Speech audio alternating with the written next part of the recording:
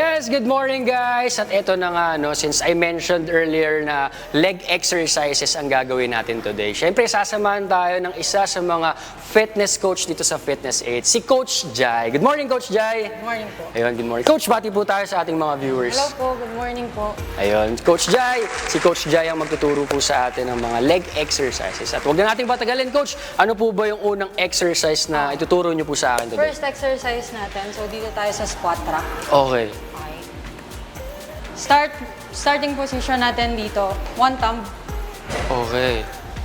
lock grip, pasok. Kailangan activated yung back natin dito. Then, tayo lang, 1, 2. Okay. Then, kailangan butt out, chest out. Then, yung proper Butt out. breathing natin, inhale, hold, baba, up, then exhale. Ayun, Isa pa, okay. inhale, hold. Ganun lang kabilis, Coach. Okay. Okay, sige, Coach. Ako naman, tatry ko naman po. Tapos, i-correct nyo po kung ano yung mali kong ginagawa sa form natin. So, dito po, tama po ba? Thumb, lalagay One dito. Okay. Tapos, lock grip. Okay, pasok. Nilalagay dito. Then, kuha ng weight. Okay. Wide stance tayo. Wide stance. Butt out, activate yung core, Butt baba. out. Okay. Tapos, Coach, gaano kababa? Anong reminder? Hanggang level lang tayo ng knee. Knee. Tapos yun, up. tapos up. Exhale. Exhale. So, inhale. Up. Exhale. Exhale. Good. Nice one. Okay. Isa pa. Up. Okay. Exhale. Coach, dito sa ganitong ginagawa natin ay barbell squat. Ano po yung mga reminders natin dito? Ano po yung equipment na ginagamit natin? Equipment, syempre number 1, kailangan natin ng barbell. Okay. Yung machine kasi na gamit natin ngayon is, tawag dito is squat rack. Squat rack. Yes. Okay. Then, For ano po ba yan? For safety purposes? yes. Opo, Okay. para at least kung hindi na siya mabuhat, like ito kasing barbell na to is 20 kilos na siya. Then if ever sa mga matagal lang nag-gym, naglalagay na rin sila ng plates Ng weight. yan. Para at least safety first pa rin. Oo.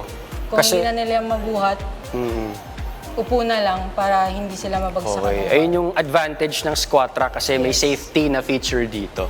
At yun, sige Coach, kumbaga form lang muna yung pre-practice natin sa ating barbell squat. Yan, moving on naman po tayo. Ano po yung next exercise po natin? Next natin, ito yung tinatawag natin na dumbbell deadlift. Dumbbell deadlift. So yung Okay. form natin dito, hip hinge lang siya. Kailangan ma-feel mo yung hamstrings mo na na-stretch.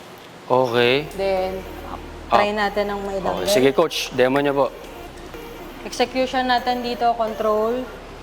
Then, isang mabilis na angat. Okay. Then, squeeze yung glutes. Okay? Squeeze yung glutes. Breathing natin, inhale, hold, baba, up, then exhale. Ayun, okay. Ako naman Coach, try ko naman. Okay, sige. So pagka-pick up lang ng weight, Okay, tayo muna, straight. tatayo muna. Okay. Make sure hindi tayo naka-arch yung back. Hindi Kailangan naka-arch. butt out, chest out siya. Hip Back. hinge lang. Tingin sa dumbbell. Tingin sa dumbbell. Okay, control. Tapos baba na. Gaano kababa, Coach? Hanggang Kailangan knees? ma-reach lang yung ilalim ng tuhod. Then, Ilalim ng tuhod, tas angat. Okay. Yung bilis po ba? Tama po ba yung bilis na ginagawa, Coach? 3, 2, 1, up. Okay. Good. So 3, 2, 1 pababa. 3, 2, 1, then 1 angat. Okay. Tapos yung ganito, Coach, ilang repetition po and set? Usually, sa mga beginners natin, pwede natin siya gawin ng 12 repetitions ng 4 sets. 4 sets. Okay. So dito po ang na-hit na muscle ay Target muscle natin is glutes and hamstrings. glutes. Okay. Saan part po ba yun, Coach? Pwede ba nating Yung glutes natin, yung glutes lalo natin, sa mga female, yan yung mga yung butt gustong na gusto part. nilang, yes. Okay. Tapos, gusto nilang wino-workout. tapos yung hamstring, dito po ba yan sa likod? Ayun. Ayun po yung mga target muscles natin. Ayun. Coach Jai, ano ba yung next natin gagawing exercise para sa legs natin? Next natin, leg press. Leg press. Okay, Ano dito po? sa leg press, medyo marami lang siyang kailangan tandaan para at least maiwasan natin yung injury. Okay. Ito, Coach, anong machine ba ang tawag dito for our leg press? Leg press machine. Leg press machine. Ayan. Very simple. Leg press machine. Ayan. Sige, Coach, demo nyo po kung paano ginagamit First ang leg natin, press. so shoulder width lang siya. Then, avoid natin na mag-straight yung or mag-lock yung tuhod. Okay. Then, push muna, re-rock. Avoid natin to. Kasi Okay. dun tayo nakakakuha ng possible injury for knee. Okay. Pa Then- tayo ma-injure. Yes. Okay, sige Grip, po. control, then push. Okay. Control, push. Then yung breathing natin, inhale, hold, baba, push, exhale. Ayun, okay. Sige, coach. Ako naman, tatry ko naman po kung paano ginagawa itong leg press machine. So, una-una po nating i-consider syempre dito is yung kung gaano po, kung ano po yung distance ng placement ng paa natin. So, dito po ang sabi nyo kanina ay Shoulder width lang. kapantay ng shoulders. Okay. Okay, so yan, pantay po ang shoulders natin. Then, ano pong next po natin gagawin, coach? Push muna, pero avoid natin mag-lock yung tuhod. Okay, so dapat- para marirock natin siya. Slightly bent lang, hindi all throughout na. Yes. So, ganyan lang, coach, ang pagkaka-bend ng ng legs natin. Okay, then, Re-rock. re-rock. Paano Baba po mo yan? lang siya. Ibababa. Okay. Okay, Then, then, control, baba. Push, exhale. Good. okay. So, dito, inhale, Yes. Inhale, then push, exhale. exhale. Okay. So, ganoon lang, coach, ang leg press natin. Yes, then syempre kailangan pa i-avoid dyan yung tuhod natin habang bumababa. Avoid mo siya na magdikit. Kailangan palabas siya. Okay. So, dapat hindi po siyang magdidikit na ganun. Bakit, coach, ano mangyari? Pwedeng ma-injure? Yes, yung sa rotation ng tuhod natin, yun yung kailangan natin iwasan dyan. Ayun, okay. So, ganoon lang pala ang leg press. Tapos, coach, itong leg press, sige, na po na natin, i-rack na po natin. Tama po ba yung pagkakalagay ko? Yes. Ito po ang natatarget po nitong leg press machine ay ano pong muscle sa legs po natin? Lahat po ba? Yes, pero mas specifically sa quadriceps siya. Quads, So, yung quads po natin. quads Saan po ba yan? Dito sa harap? Yes, yung front thighs. Front thighs natin. Ayun, leg press machine ang ginagamit. So, yun. Coach, okay tayo dito sa leg press machine. Ano pong next na natin? Next Exercise natin, sa legs. Sumo squat. Sumo squat. Okay, from the word sumo, may kinalaman po ba ito sa mga sumo wrestlers? Ayun, sige coach, paano po yan? Okay, sumo squat natin, wide stance naman siya. Okay. Then butt out, chest out, syempre. Then angat, inhale, hold, baba, push, exhale. Ayun, Okay. ganun lang siya coach. Okay, sige. Squat, One more. then up. Ganyan lang din yung tempo. Yes. Yung bilis niya. Okay, sige. Right. Try ko naman, coach. Ako naman. So, dito, ano po yung reminders ulit sa paa? Gaano ka Wide lawak? stance. Wide siya, wide. Gaano po ka wide? Paano natin masasabi na wide na to? Enough na yung distance. Kapag lagpas na sa Lagpas shoulders. shoulder. Lagpas sa shoulders. Okay, yung paa. Then, from here, kukunin po yung weight. Dalawang kamay po, no? Yan.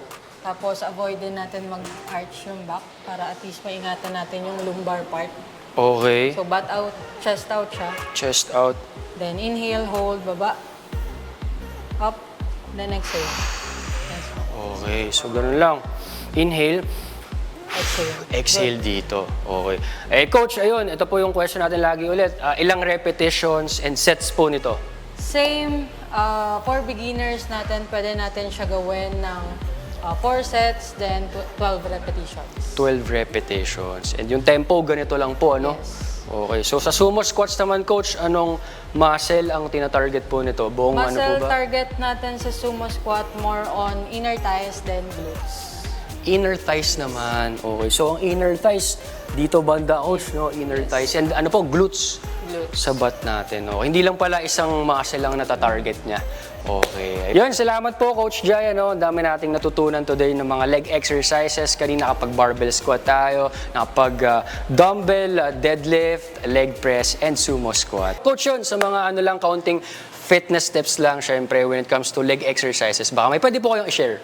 Yan, syempre, number 1, bago tayo mag-leg exercises like itong mga ginawa namin kanina, huwag natin kalimutan yung dynamic stretching. Syempre, Ayun. number 1 yun. Then, tatlo lang yung kailangan natin tandaan bago tayo or habang ginagawa natin yung mga exercise. Number 1, proper posture or proper form natin. Then number 2, proper breathing. Then number 3, proper execution. Ayun, kailangan po tama rin yung ano natin, mga form, execution para iwas injuries din po tayo para sa ating legs. At yun coach, sa mga gustong pumunta dito sa Fitness 8, paano po ba sila kukontak sa inyo? Ayun, pwede nyo kaming makontak sa Facebook page namin. And located kami dito sa 40 Quezon Avenue, Doña Josefa, Quezon City.